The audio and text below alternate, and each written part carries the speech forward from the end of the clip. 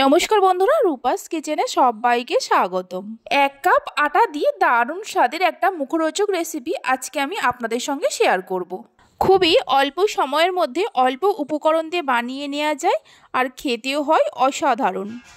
তাহলে চলুন রেসিপিটি দেখে নেওয়া যাক। শুরু থেকে শেষ পর্যন্ত দেখার জন্য আপনাদের কাছে অনুরোধ রইল। প্রথমে একটা ছোট সাইজের বাটির 1 বাটি কড়াইশুঁটি নিয়েছি। কড়াইশুঁটিগুলো একটা মিক্সির জারের মধ্যে ঢেলে দেব।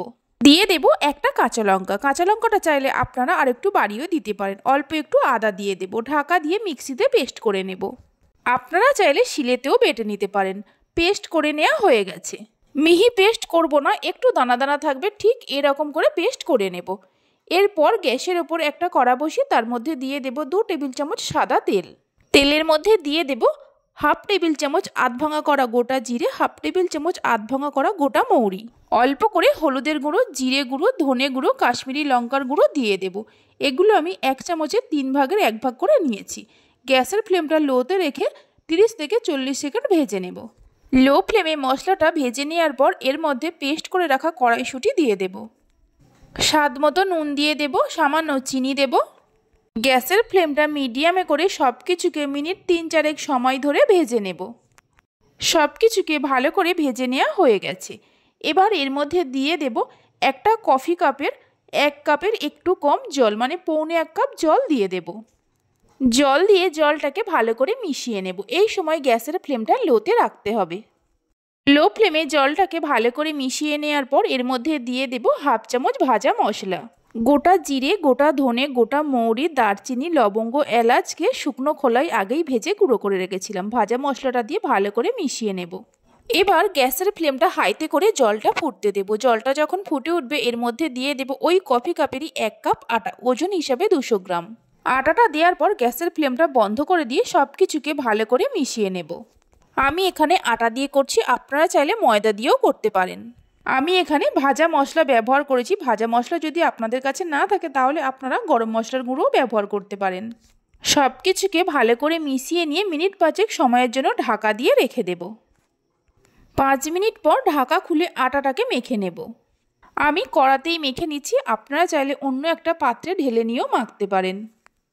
আটাটাকে ভালো করে মেখে নেওয়া হয়ে গেছে।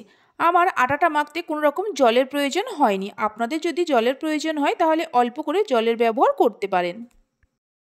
এবার আটা থেকে কিছুটা লেচি কেটে নিয়ে প্রথমে হাতের মধ্যে এইভাবে পাকিয়ে গোল করে নেব। তারপর একটু চ্যাপ্টা করে নেব। দেখুন ঠিক এইরকমভাবে করে নেব। আপনারা চাইলে সাইজটা ছোট বড় নিজেদের ইচ্ছে মতো করে নিতে পারেন।